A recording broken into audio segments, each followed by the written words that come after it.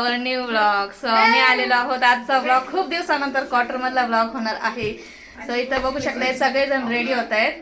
सो कशासाठी रेडी होतोय तर आज यांनी सुद्धा हाफ डे काढलेला आहे. तो आजचा स्पेशल डे आहे. सो तुम्ही ब्लॉग नक्की शेवटपर्यंत बघा. सो आम्ही आता चाललेलो आहोत तिकडून. मी तुम्हाला दाखवल्याचं आज खूप छान असं परेड आहे. तर आज गौरव गाथाचा दिवस, गौरव गाथा. सो मस्त असं परेड होणार आहेत. अजून काय काय गोष्टी होणार आहेत त्या तिकडे जाऊन मी तुम्हाला सगळ्या काही दाखवेल.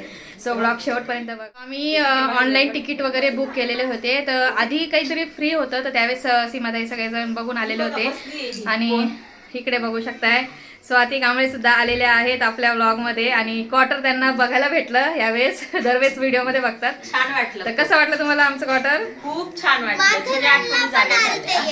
तर त्या सुद्धा आलेले. त्यांनी सुद्धा ऑनलाईन तिकीट वगैरे बुकिंग केलेले होते आणि आम्ही सुद्धा ऑनलाईन तिकीट बुकिंग केलेले होते. आणि याच्या दिवस आधीच फ्रीमध्ये होतं तर त्यावेळेस टाईम ते बघून आलेले.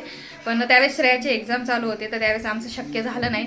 सो आता आम्ही तिकीट वगैरे बुक केलेले आहेच. आणि आता आम्ही फायनली आलेलो आहोत गौरव गाथा बघण्यासाठी. चला मग आता आम्ही शिवन्या जेव्हा स्कूलमधनं आली तर त्यावेळेस आम्ही लगेच निघालो होतो तिकडनं. साक्षी, मी आणि श्रेया, निशू असं आम्ही ती 4 जणी बसनी क्वार्टरपर्यंत आलो. आणि त्यानंतर हे हाफ डे काढून ऑफिसमधनंच तिथं डायरेक्ट क्वार्टरला आले होते. आणि शिवनी बघा कट, तिचा कट दाखवते. तिने हेअर कट केलेला आहे. सो कसं झालं? एका आंटीनी मला कमेंट केलं तर की श्रुताचे केस लय हेल्दी आहे. माझ्या बर्थडे मध्ये श्रुताच्या बर्थडेच्या दिवशी एका ताईंनी कमेंट्स केली होती की श्रुताचे केस खूप छान आहेत. सो खरंच आहेत, तिचे केस खूप छान आहेत. आणि तरी तिने आज कट केलेत आणि खरंच खूप छान वाढलेले सुद्धा होते. तर आता मी जास्त काही बोलत नाही, आपल्याला जायचं. सॉक्स मी नाही. तर चला मग जास्त काही वेळ नाही घालव कारण की आपल्याला निघायचं आहे. बघ तुला कसं वाटतंय तसं. चला तर मग आता खूप एक्साइटमेंट आहे. कसा आहे गौरव गाथाचा आजचा दिवस कसा होतो आमचा जातो तर नक्की बघा. संध्याकाळचे वाजलेले आहेत आय थिंक 4 वाजून 5 मिनटं झालेले आहेत. आणि आज आहे 15 तारीख 15 काय जानेवारी ना. हे लोक तर बाहेरच थांबलेले आहेत बघू शकते. चला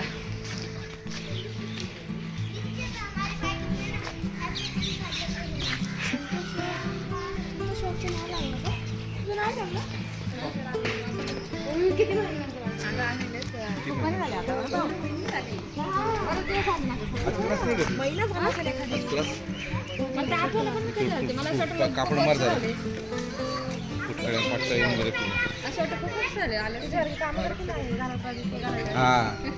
फालतूगिरीने असे टी व्ही मध्ये बघायचं आणि ते लावत बसलो. मग साक्षीने लावलं. साक्षीची आहे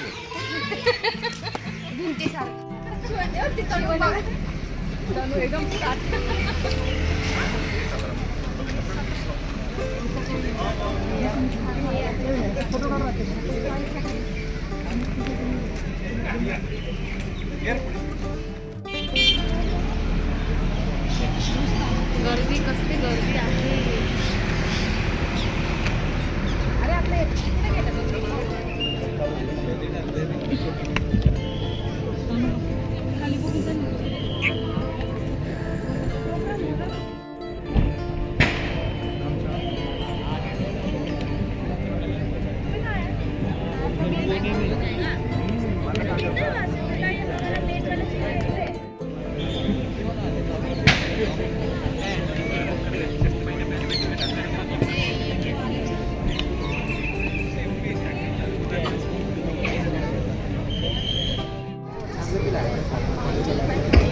Hello, check. Check 1, 2.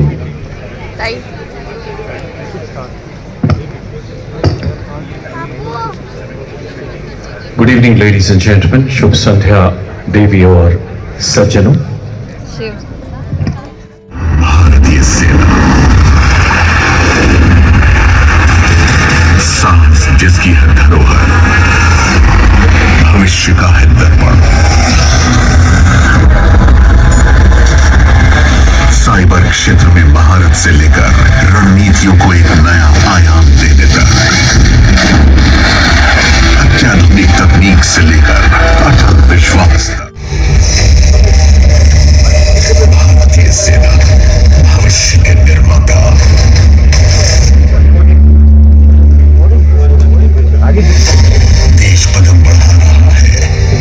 2047 तक विकसित भारत का सपना पूरा करने की ओर। सुरक्षा आधार है निर्बाध प्रगति का, और भारतीय सेना एक सच्चे पहरेदार की तरह वादा करती है हर बाहरी और अंदरूनी खतरे से सुरक्षा का।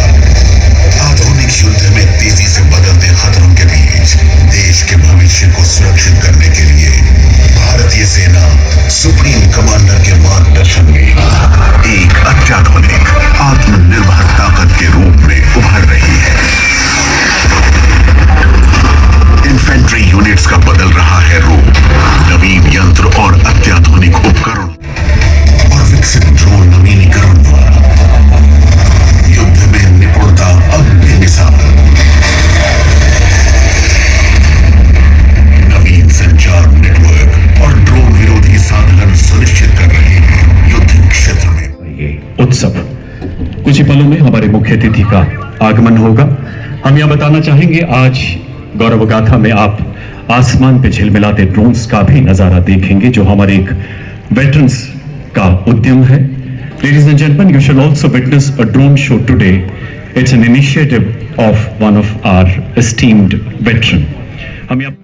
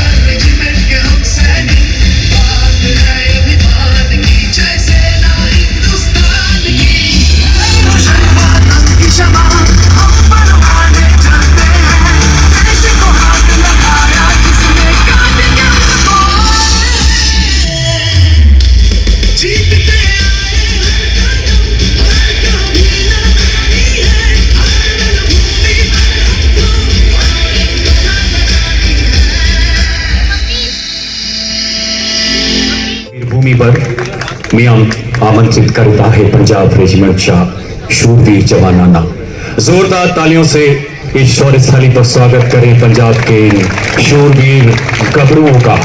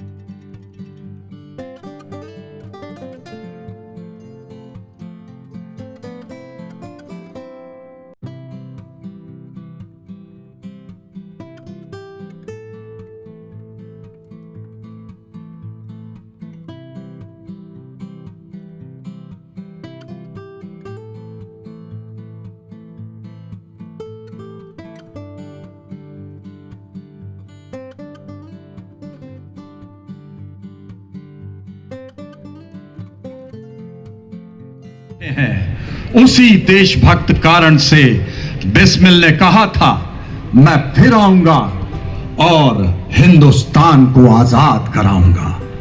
जिस देशभक्त कारण से आप यहां बैठे हैं, उसी कारण से अशफाकुल्ला ने कहा था, जल्लाद के हाथों से फांसी का फंदा छीनकर चूम लिया और कहा, अगर मेरी मुलाकात खुदा से होगी तो मैं उनसे कहूंगा कि मुझे जन्नत न देना, मुझे दोबारा हिंदुस्तान में पैदा करना। और जिस कारण से आप यहां बैठे हैं, उसी कारण से चंद्रशेखर आजाद ने एल्फ्रेड पार्क में आखिरी गोली में स्वाभिमान की गोली अपने मस्तक में मारी। देशवासियों, मैं भारत हूं। मुझे वेदों की ऋचाओं ने जन्मा है। मैं ऋषियों की आश्रम में पला हूं। युग पुरुषों की उंगली थाम मैं चला हूं। संघर्ष की प्रचंड अग्नि में मैं जला हूं। आत्मनिर्भरता की सुगंध से मैं महका हूं। न्यू इंडिया बनकर फिर से खिला हूं। मैं समर्थ भारत हूं। मैं कर्म योग के सिद्धांत पर चलता हुआ नया गतिमान भारत हूं। आज न्यू इंडिया बनकर मैं चल रहा हूं, दौड़ रहा हूं, लेकिन रुका नहीं, झुका नहीं, मुड़ा नहीं, क्योंकि मैं भारत हूं। जहां की मिट्टी से जन्मे हैं भारत के वो वीर सेनानी जो देश की मिट्टी को भी मां कहते हैं। जहां तिरंगे तले आकर सब जन गण मन गाते हैं। भारत जिसकी मिट्टी के कण कण से जन जन का मन जुड़ा है। जिसकी मिट्टी में हमारी श्रद्धा है, हमारा अटूट विश्वास है और इसकी विरासत में हमारी आस्था है। हमारा देश मुख्य अतिथि भारत के माननीय रक्षा मंत्री श्री राजनाथ सिंह जी हमारे समक्ष पधार चुके हैं। माननीय, हम हृदय से आपका हार्दिक स्वागत एवं अभिनंदन करते हैं।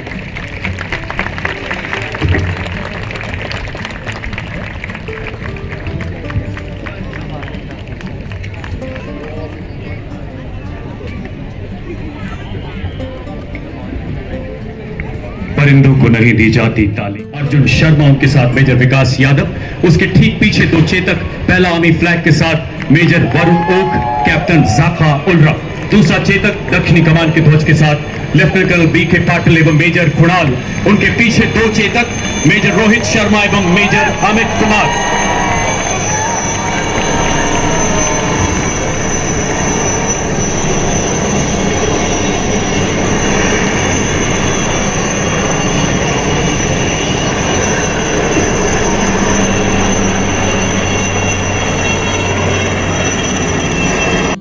सैनिकों और वीर नारियों के त्याग और बलिदान की सराहना करते हुए अपना आभार व्यक्त करता हूं। भारतीय सेना एक विस्तृत परिवार है जहां जन, जाति, संप्रदाय और भाषा से अलग हटकर देश की रक्षा के लिए राष्ट्र के कोने कोने में हमारे सैनिक तैनात हैं। सेना देश की संस्कृति को भली भांति समझती है और इसी कारण सेना विविधता में एकता यानी यूनिटी इन डाइवर्सिटी की सबसे ठोस मिसाल है और इस बात पर हम सबको बहुत गर्व है। और इस प्रकार माननीय रक्षा मंत्री महोदय के द्वारा 77वें सेना दिवस 2025 के अवसर पर आयोजित इस भव्य गौरव गाथा कार्यक्रम का उद्घोष और आपके सामने आतिशबाजी की रोशनी एवं स्क्रीन पर प्रदर्शित लोगो ये बताते हुए कि आज नई शक्तियों का निवास स्थान है भारतीय सेना।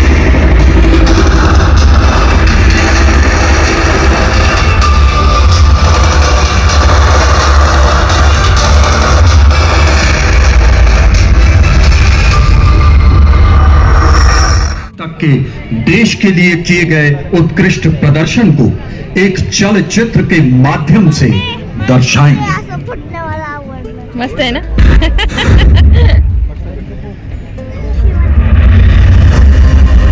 विशेष क्षमताओं से सुसज्जित व्यक्तियों ने न केवल अपनी असाधारण प्रतिभा और अटूट नोट की स्थापना की, ये उन सैनिकों का प्रतीक है जिन्होंने मातृभूमि की रक्षा में अपने अंगों का बलिदान दिया।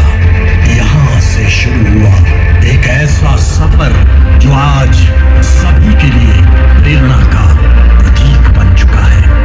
अनुभवी कोच और समर्पित स्टाफ की मदद से इन खिलाड़ियों ने देश के लिए कई ऐतिहासिक उपलब्धियां हासिल की।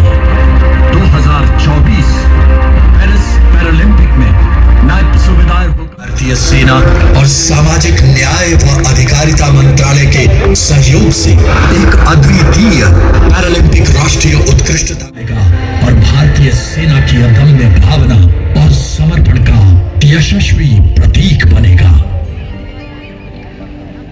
सूबेदार Hokato Sema Paralympic bronze medalist, श्रीमती सिमरन वाइफ ऑफ नायक गजेंद्र पैरालंपिक ब्रॉन्ज मेडलिस्ट अब मंच पर। अब मैं माननीय रक्षा मंत्री श्री राजनाथ सिंह से अनुरोध करता हूं कि वे अपने कर कमलों द्वारा आर्मी पैरालंपिक नोट राष्ट्रीय उत्कृष्टता केंद्र का शिलान्यास कर हम सबको कृतार्थ करें।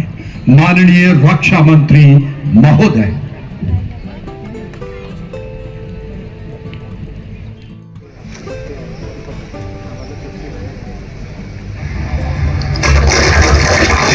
सज्जनों, जोरदार तालियों से हौसला अफजाई करें। इन पैरा एथलीट्स का सम्मान बढ़ाए। आपके तालियों की गूंज इन एथलीट्स के सीने में असीम जोश भर देगी और निस्संदेह आने वाली कई राष्ट्रीय और अंतर्राष्ट्रीय स्पर्धाओं में देश का गौरव बढ़ाएगी। धन्यवाद श्रीमान। ये वतन परस्ती सजदा है, शामिल इसमें भगवान हुए। झांसी जैसे कितने तीरथ और हल्दी घाटी धाम हुए। रक्षा ये ऐसी शौर्य गाथा है जो भारतीय सैनिकों के पराक्रम से लिखी गई है और अत्यंत दृढ़ निश्चय एवं सर्वोच्च बलिदान की परिचायक है। 1947-48 का भारत पाक युद्ध संघर्ष के बीच जम्मू कश्मीर को भारत में सम्मिलित किया। 1962 का भारत चीन युद्ध हिमालय की कठिन परिस्थितियों में रची गई अद्वितीय शौर्य गाथा। 1965 का भारत पाक युद्ध विश्व युद्ध के बाद सबसे बड़े टैंक युद्ध में सैनिकों ने दिखाया अपना वर्चस्व। 1971 का भारत पाक युद्ध न्याय और मानवता के लिए बांग्लादेश को स्वतंत्र किया। 1984 सियाचिन ग्लेशियर विश्व के सबसे ऊंचे दुर्गम और बर्फीले युद्ध क्षेत्र में फौलाद का परिचय दिया। 1999 का करगिल युद्ध एक असंभव युद्ध और कैप्टन विक्रम बत्रा के ऐतिहासिक बोल ये दिल मांगे मोड़ की दृढ़ विजय गाथा। हम इन क्षेत्रों के विकास के लिए और क्या क्या कर सकते हैं, इसके लिए मैं समझता हूं कि टूरिज्म को बढ़ावा देने से बेहतर कदम शायद ही कोई और हो। अब भारतीय सेना के अथक प्रयास से सीमावर्ती क्षेत्रों में पर्यटन को मिलेगा एक नया आयाम। देश की सीमाओं से जुड़ा हर वो कोना जो हमारी वीर सैन्य धरोहर है, शौर्य गंतव्य बनेगा। सियाचिन से सेला तक, कच्छ से किमिथु तक, गलवान की घाटियां, करगिल की चोटियां, बोमडिला, रेजांगला, उरी, राजौरी, तिथवाल, खेमकरम, फिरोजपुर, डोकलाम, बुमला, नानकाचू, वालों, कई ऐतिहासिक स्थल बनेंगे देश के शौर्य गंतव्य। 77वें सेना दिवस के अवसर पर भारतीय सेना आपको भारतीय रणभूमि दर्शन के लिए आमंत्रित करती है एक अनोखे माध्यम से। भारत रणभूमि दर्शन। देश के हर कोने में बसे जनमानस को हमारी रणभूमि एवं उसके इतिहास से जोड़ने के लिए थल सेना मुख्यालय द्वारा भारत रणभूमि दर्शन.gov.in नामक वेबसाइट को विकसित किया गया है। ये वेबसाइट इन शौर्य गंतव्यों एवं इनसे जुड़े वीर योद्धाओं की जानकारी देने के अलावा सभी क्लियरेंसेस प्राप्त करने का भी एक माध्यम है। एक ऐसी यूजर फ्रेंडली वेबसाइट जो यात्रा पूरी करने के बाद शौर्य पत्र के रूप में एक सर्टिफिकेट भी यात्रियों को ऑनलाइन प्रदान करेंगी। माननीय रक्षा मंत्री जी से आग्रह अपने करकमलों द्वारा इस वेबसाइट का अनावरण करें।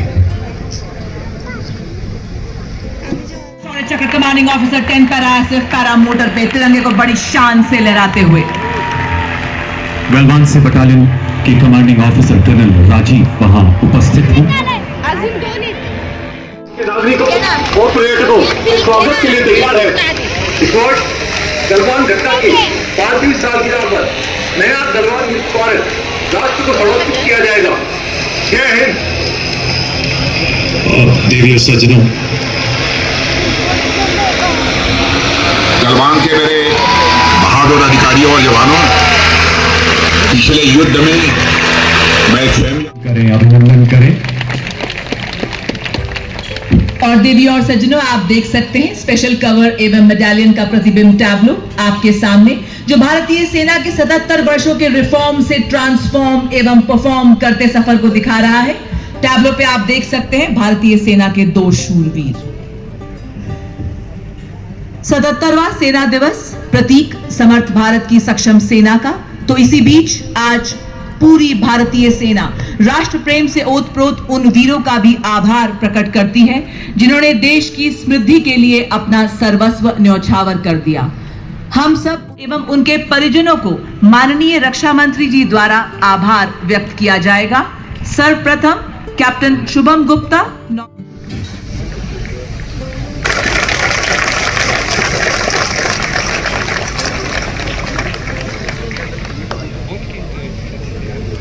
नायब सूबेदार Kuldeep Singh regiment special forces मरणोपरांत।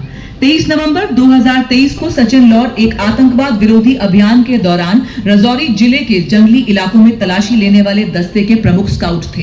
पैराट्रूपर सचिन ने आतंकवाद Shri Rajiv Sharma, joint secretary ministry of the social justice and empowerment, Sardar major honorary captain Yogendra Yadav, Param Vir Chakra विजेता, हमारे सारे भूतपूर्व आर्मी चीफ, समस्त वीर नारियां और हमारे बहादुर जवानों के सभी परिवारजन, अर्जुन अवार्ड से सम्मानित हमारे सभी खिलाड़ी, मीडिया के मित्रों, देवियों व सज्जनों, सबसे पहले मैं इस मंच से भारतीय सेना के सभी वीर सैनिकों को, उनके परिवारजनों को और संपूर्ण देशवासियों को भारतीय थल सेना दिवस की हार्दिक शुभकामनाएं देते एवं स्मृति का ये हिंद था आबाद, ये आबाद रहेगा, जलवा युगों युगों तलक ये शाद रहेगा। जी हाँ, लहराता रहेगा चमन में यूं ही तिरंगा, ऐसे ही जिंदाबाद जिंदाबाद रहेगा। बर्छा खड्डा जैसे शस्त्रों के साथ शरीर और मन एक जीव हो जाते हैं। रोम रोम में आकाश तक का गौरव जाग उठता है।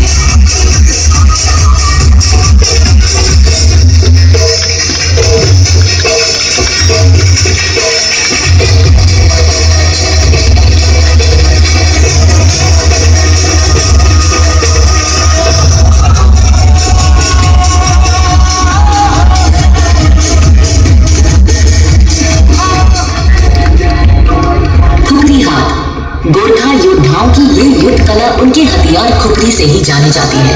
खुपरी का सटीक वार ताकत, साहस और दृढ़ निश्चय का प्रतीक है जो गोरखा योद्धाओं को अजय बनाता है।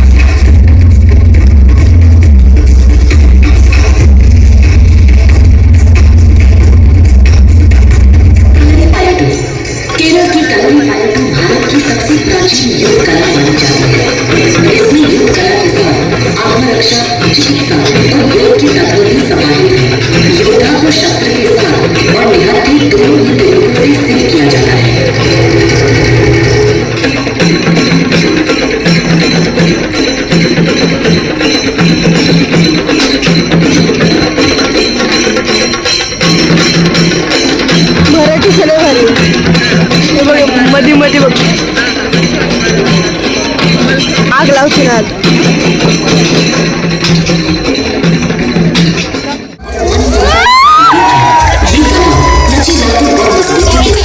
यौगिक बल भी प्रदान करती है। मरथम खिलाड़ी पहले स्वयं पर विजय हासिल कर दुश्मन का सामना करने के लिए सिद्ध होता है।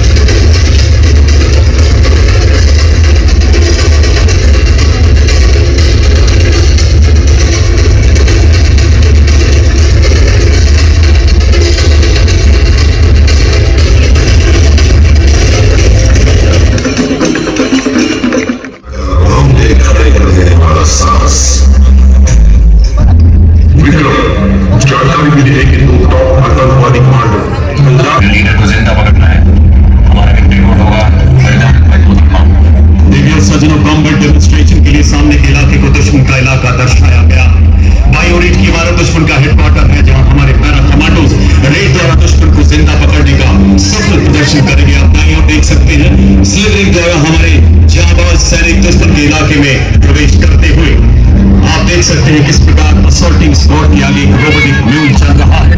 ऑब्जर्वेशन, लेथैलिटी, आर्टिफिशियल इंटेलिजेंस एवं स्पीड इस रोबोट की खास विशेषताएं हैं। आज आमिर परेड में भी आपने इस रोबोट का प्रदर्शन देखा है।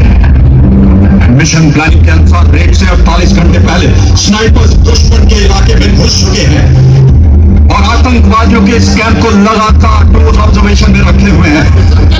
स्नाइपर्स ने ऑब्जर्वेशन के लिए ब्लैक हॉर्नेट नामक माइक्रो यूएवी का इस्तेमाल किया है, जो कि इंसान की हथेली के जितना होता है। ब्लैक हॉर्नेट द्वारा ली गई पूरी इंफॉर्मेशन को स्नाइपर्स ने अपने स्क्वाड कमांडर को भेज दिया है और अब आप देख सकते हैं किस प्रकार अपना ध्यान पेड़ के ऊपर ले जाए, जहां पहले से एक स्नाइपर मौजूद है।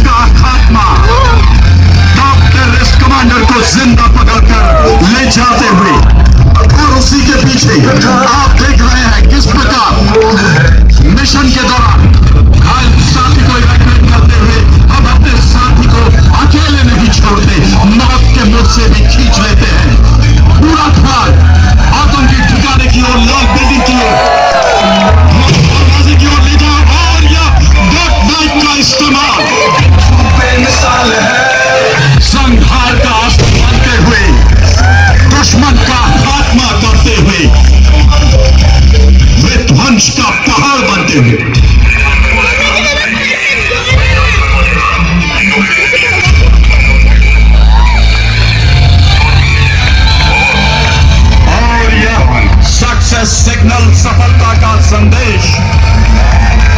जब राष्ट्र पर आघात हो, जब अस्मिता की बात हो, हम चुप नहीं बैठ। मैं अटल, अजर, धर्म का रक्षक और संघर्षों के आगे न झुकने वाला अखंड अमर योद्धा हूं। भारत का इतिहास आध्यात्मिकता, धर्म, सत्य, वीरता और निष्ठा की दिव्य ऊर्जा का भंडार है और इससे ही उत्पन्न होते हैं धर्म की स्थापना और लोक कल्याण। यह है हमारे प्रेरणा स्रोत और गौरव गाथा के सुनहरे पन्ने। मैं उसी दिव्य ऊर्जा से जन्मा भारत भूमि का अमर योद्धा हूं और मैं आप सभी का हार्दिक अभिनंदन करता हूं। तेज और ज्ञान का उपासक भारत, अस्त्र और शस्त्र का उपासक भारत, यह धरोहर है पराक्रम की, वीरता की, शौर्य की। मैं आज आपको इन्हीं गौरव गाथाओं के कुछ लम्हों से अवगत कराऊंगा, जो अनादिकाल से आने वाली पीढ़ियों के लिए प्रेरणादायक बन गई है। रामायण 6000 बरस पूर्व लड़ा गया भारत का पहला अंतरराष्ट्रीय युद्ध है। भारतीय युद्ध नीति की नींव है रामायण। राजनीति और रणनीति का आदर्श है रामायण। भौतिक रूप के साथ मनोवैज्ञानिक युद्ध का दर्शन है रामायण।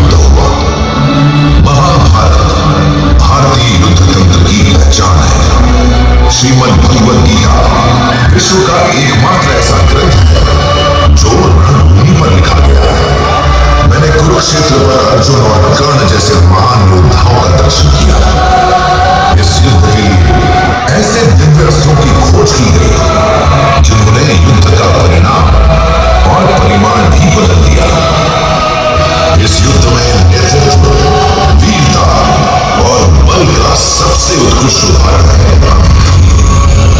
मात्र 16 वर्ष की आयु में अद्वितीय साहस का प्रदर्शन करते हुए उन्होंने चक्रव्यूह जैसी जटिल संरचना को भेदा था।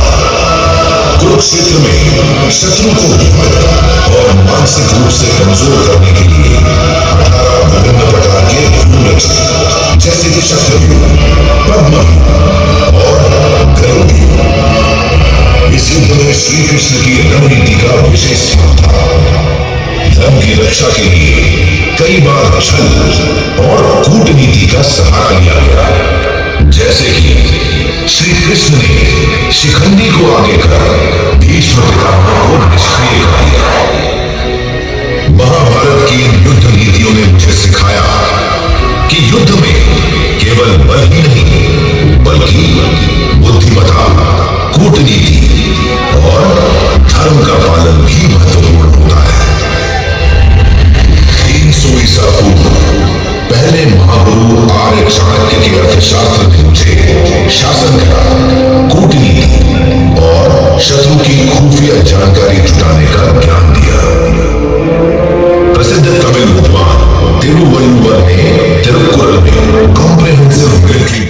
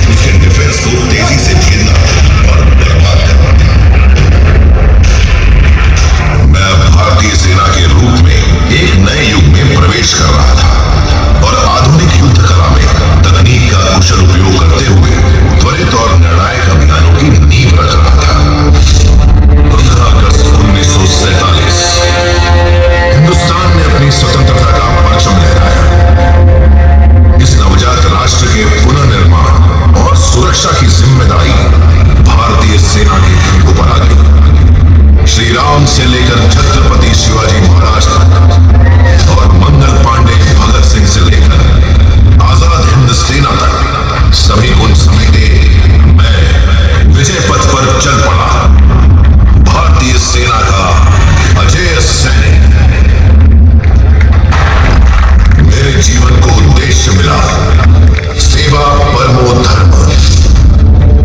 आज मैं अपनी गौरव गाथा गर्व से गा रहा हूं, समर्थ भारत सक्षम सेना के गीत गुनगुना रहा हूं। आजादी के बाद से अब तक भारतीय सेना ने कई युद्ध लड़े, लेकिन आजाद भारत के वे 4 युद्ध कभी भुला नहीं पाऊंगा, जिन्होंने मेरी सेना को 4 शौर्य गाथाएं दी। चलो मैं आपको उन रणभूमि पर ले चलता हूं। पहला है बड़गाम का युद्ध, नवंबर 1947 का समय। कश्मीर की वादियों में तनाव चरम पर था।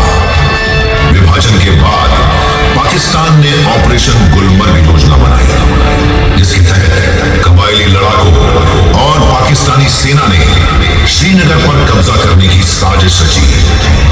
बड़गाम श्रीनगर के पास एक स्ट्रैटेजिक लोकेशन थी, जिसे पाकिस्तान ने निशाना बनाया। अगर दुश्मन इस क्षेत्र पर कब्जा कर लेता तो श्रीनगर और वहां का हवाई अड्डा भी उनके हाथों में चला जाता, जिससे कश्मीर की सुरक्षा गंभीर संकट में पहुंच जाती। दुश्मन ने 22 अक्टूबर 1947 को हमला किया। 27 अक्टूबर को 1 सिख की पहली टुकड़ी श्रीनगर एयरफील्ड पर इंडियन एयरफोर्स की मदद से पहुंची। 2 नवंबर को सूचना मिली कि दुश्मन बड़गाम के पास एकत्रित हो रहा है। ऐसी चुनौतीपूर्ण स्थिति में भारतीय सेना को आदेश मिला कि किसी भी हालत में बड़गाम को दुश्मन के हाथों में नहीं जाने देना है। मेजर सोमनाथ शर्मा की कंपनी बड़गाम की सुरक्षा में तैनात थी। दुश्मन ने बड़ी संख्या में अपने कबायली लड़ाकों और सेना को एकत्र कर भारतीय सेना पर अचानक हमला किया। दुश्मन 3 दिशाओं से घेर चुका, लेकिन मेजर सोमनाथ ने बिना डरे अपनी कंपनी को संगठित किया और दुश्मन पर जवाबी हमला शुरू किया। उनके अदम्य साहस और नेतृत्व ने उनकी कंपनी के सैनिकों को प्रेरित किया कि वे आखिरी गोली और आखिरी सांस तक लड़े। इस दौरान एक मोर्टार के हमले में मेजर सोमनाथ गंभीर रूप से घायल हुए और वीर गति को प्राप्त हुए। ब्रिगेड मुख्यालय को दिया गया उनका अंतिम संदेश आज भी मेरी आत्मा में गूंजता है और मुझे प्रेरित करता है।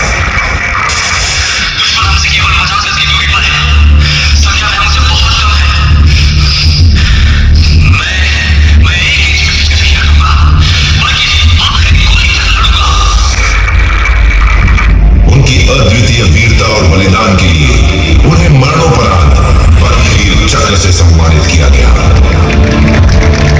इस लड़ाई में सिपाही दीवान सिंह का योगदान भी अविस्मरणीय है। उनकी वीरता के लिए उन्हें मरणोपरांत महावीर चक्र से सम्मानित किया गया। बड़गाम की लड़ाई भारतीय सेना की सामरिक सूझबूझ, इंडियन एयरफोर्स के तालमेल, धैर्य और अड़िग साहस का उत्कृष्ट उदाहरण है। 1965 में पाकिस्तान ने एक बार फिर आक्रमण करने की डिफेंसिव स्ट्रैटेजी को अपनाया, जिसका नेतृत्व ब्रिगेडियर थॉमस के योगराज और मेजर जनरल गुरबख्श सिंह ने किया। असल उत्तर को केंद्र में रखते हुए हॉर्स शू के आकार में प्रतिरक्षात्मक व्यू बनाया गया। साथ ही रात में भारतीय सेनाओं ने बीज के खेतों में पानी भर दिया और गन्ने के खेतों में भारतीय टैंकों ने पोजीशन ली।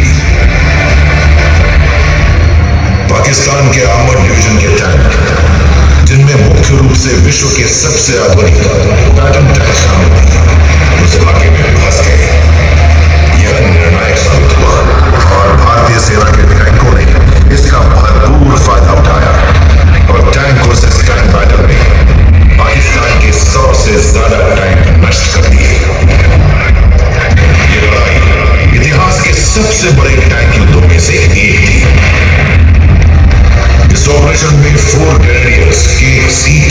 मैच अब्दुल 87 में किया गया अब तक का सबसे बड़ा युद्ध अभ्यास एक्सरसाइज ब्रास टैक्स और 1998 में ऑपरेशन शक्ति के अंतर्गत किया गया सफल परमाणु परीक्षण शामिल है, जिसने भारत को एक विश्व शक्ति बना दिया। 1999 में पाकिस्तान की सेना और उनके समर्थित घुसपैठियों ने धोखे से कारगिल द्रास के इलाके में घुसपैठ की और महत्वपूर्ण श्रीनगर लेह हाईवे को काटने का प्रयास किया। भारतीय सेना ने ऑपरेशन विजय के जरिए इसका मुंह तोड़ जवाब दिया। सामरिक दृष्टि से क्षेत्र की एक महत्वपूर्ण चोटी टोलोलिंग थी, जिस पर घुसपैठियों ने कब्जा कर लिया था और भारतीय सेना के ऊपर भारी गोलाबारी करने लगे। 16,000 फीट से अधिक ऊंचाई पर स्थित टोलोलिंग नेशनल हाईवे 1A पर सीधा निगरानी रखता है। ऊंचाई पर होने के कारण दुश्मन की स्थिति मजबूत थी, लेकिन भारतीय जवानों ने विपरीत स्थिति में भी हार नहीं मानी। लेफ्टिनेंट कर्नल MV रविंद्रनाथ के कुशल नेतृत्व में 2 राजपूताना राइफल्स के बहादुर जवानों ने -15 डिग्री से कम तापमान, कम हवा, खड़ी चढ़ाई और दुश्मन की भारी गोलाबारी के बावजूद 3 सप्ताह तक लगातार योजनाबद्ध हमले किए। रात के अंधेरे में दुर्गम पहाड़ियों पर चढ़ाई करते हुए जवानों ने दुश्मन का डटकर मुकाबला किया। कई जवानों ने अपनी जान गंवाई, पर उनका साहस अटल रहा। अपने बलिदान से उन्होंने टोलोलिंग पर जीत हासिल करके तिरंगा लहरा दिया। कारगिल युद्ध में भारतीय सैनिकों ने युद्ध की क्लिफ चॉप असॉल्ट पद्धति का प्रयोग किया और खड़ी चढ़ाई पर सीधे चढ़ गए। ऊंचाई पर बैठे आश्चर्यचकित शत्रु पर आक्रमण कर उन्हें नष्ट कर दिया। कारगिल युद्ध के विजय ने भारतीय सेना की बहादुरी और अतुलनीय नेतृत्व का पूरे विश्व में डंका बजवा दिया। 1947 से आज तक भारतीय सेना ने हर युद्ध, हर ऑपरेशन में अदम्य साहस, बलिदान और देशभक्ति का परिचय दिया, जहां हर सैनिक ने नाम, नमक, निशान की शपथ को अपने खून से सींचा। इन शूरवीरों के लिए अंतिम सलामी की गूंज तब सुनाई देती है जब ब्यूगलर्स अपनी धुन लास्ट पोस्ट बजाते हैं। यह वह क्षण होता है जब देश का हर नागरिक उस वीरता को नमन करता है।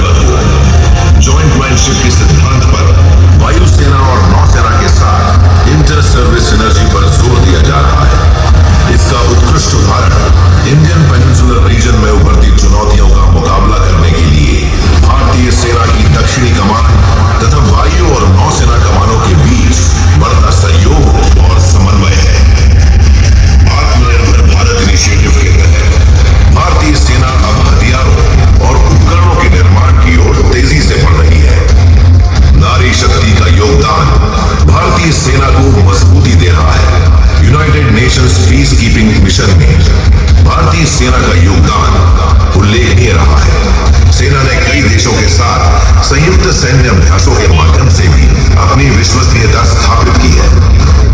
हाल ही में दक्षिणी कमान के तहत संपन्न हुए एक्सरसाइज युद्ध अभ्यास और एक्सरसाइज मित्र शक्ति इसके उदाहरण है।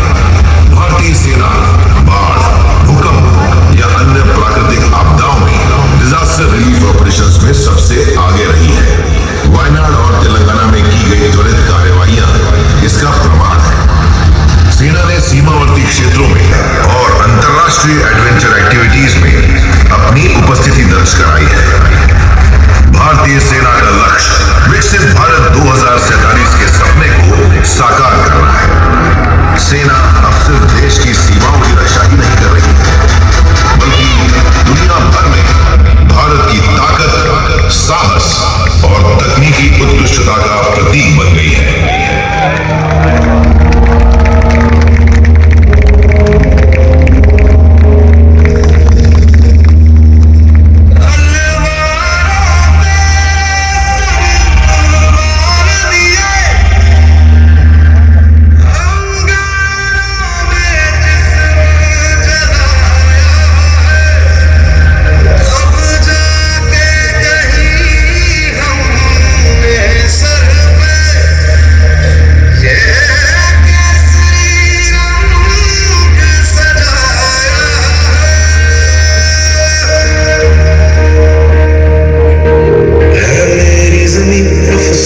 नहीं जो तेरे लिए सा दर्द सहे, महफूज रहे तेरी आन सदा, चाहे जान मेरी ये रहे न रहे।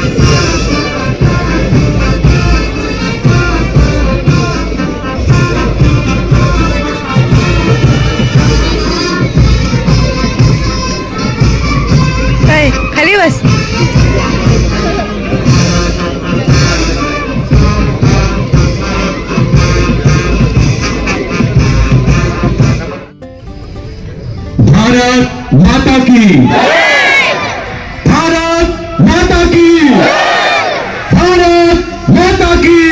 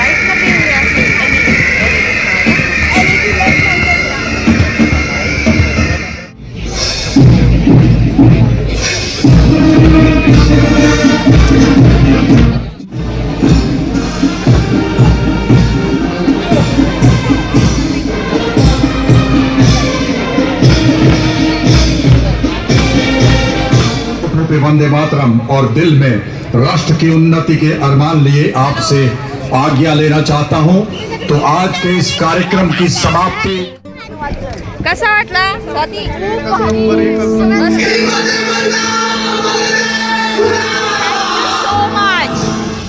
सो फायनली आम्ही बघून आले इथे लाईट चमकते. सो फायनली आम्ही बघून आलेलो आहोत गौरव गाथा आणि इतकी छान होती. आणि तुम्हाला कशी वाटली मला नक्की कमेंट्स करून सांगा. अक्षरशः अंगाला इतकी अशी नाही का म्हणतो आपण शहारे येत होते. इतकं छान वाटलं ना बघून खरंच. आणि ते डोळ्यात येतात ना. आपण दिल्लीला जाऊ शकत नाही तर म्हटलं चला इथे तरी बघून घ्या. सो आम्हाला तर खरंच खूप छान वाटलं येऊन. आणि फायनली आता मी घरी आलेलो आहोत. सो आमचे जे फ्रेंड होते ते सुद्धा घरी गेले आहेत. सो आता आम्हाला सुद्धा जायचं आहे पण सध्या गेटवर गर्दी असेल तर हे म्हणते थोड्या वेळानंतर जाऊ. सो आता आम्ही इथं टाकतो आहोत खिचडी. तर श्रुता थोडीशी हेल्प करते. सो मसाले भात कारण की इथं झटपट आता सध्या खिचडीच होणार होती. कारण की कसं झालं खायचं आणायचं म्हटलं तर सगळे दुकान वगैरे सगळे बंद आहे आणि एकच हॉटेल आहे. आणि मुली तर खरंच खूप डिमांड करत होत्या पण ते काही शक्य नाही आहे. सो झटपट म्हणलं आपली एकदम एकच नंबर खानदेशी खिचडी आणि त्यावर अंड्याची भुर्जी आणि चपात्या लोणचं आणि पापड सोबत मस्त खिचडी एन्जॉय करणार आहोत. आणि त्यानंतर मग आम्ही घरी जाणार आहोत आपल्या. सो चला तर कंटिन्यू करत राहा. खिचडी टाकते मी आता. तुम्हाला असं वाटत असेल श्रुती टाकते का? श्रुता किती नखरा करते. तर चला कंटिन्यू करत राहा. सो फायनली खिचडी वगैरे लावून झालेली आहे आणि थोड्या वेळानंतर आता आम्ही जेवण करू. सो आता तर जस्ट 9 वाजलेले आहेत. जेवण वगैरे करत करत आणि सगळं आवरत आम्हाला घरी जाईपर्यंत 10 वगैरे तर वाजतीलच. सो चला तर तुम्ही ब्लॉग कंटिन्यू करत राहा. मस्त मसालेदार अशी गरमागरम खानदेशी खिचडी आता आम्ही खाणार आणि त्यानंतर घरी जाणार. सो चला मग. तर अशा प्रकारे आमचे मस्त आजचा ब्लॉग कसा वाटला माझी केस कशी तर गौरव गाथा पण कशी वाटली तुम्हाला नक्की कमेंट्स करून सांगा. मला जितकं दाखवता आलं मी तितकं दाखवण्याचा प्रयत्न केलेला आहे. आणि आता आम्ही फायनली मस्त गरमागरम खिचडी वगैरे खाल्लेली आहे आणि जेवण करून आता फायनली रात्रीचे वाजलेले आहेत 10. चॉकलेट खाते. रात्रीचे वाजलेले आहेत 10 आणि आता आम्ही निघतोय घरी जायला. सो ब्लॉग कसा वाटला नक्की कमेंट्स करून सांगा आणि सबस्क्राईब करा, लाईक करा आणि शेअर करा. चला बाय. भेटूया पुन्हा नवीन छानशा व्लॉगमध्ये. तोपर्यंत बाय. Good night.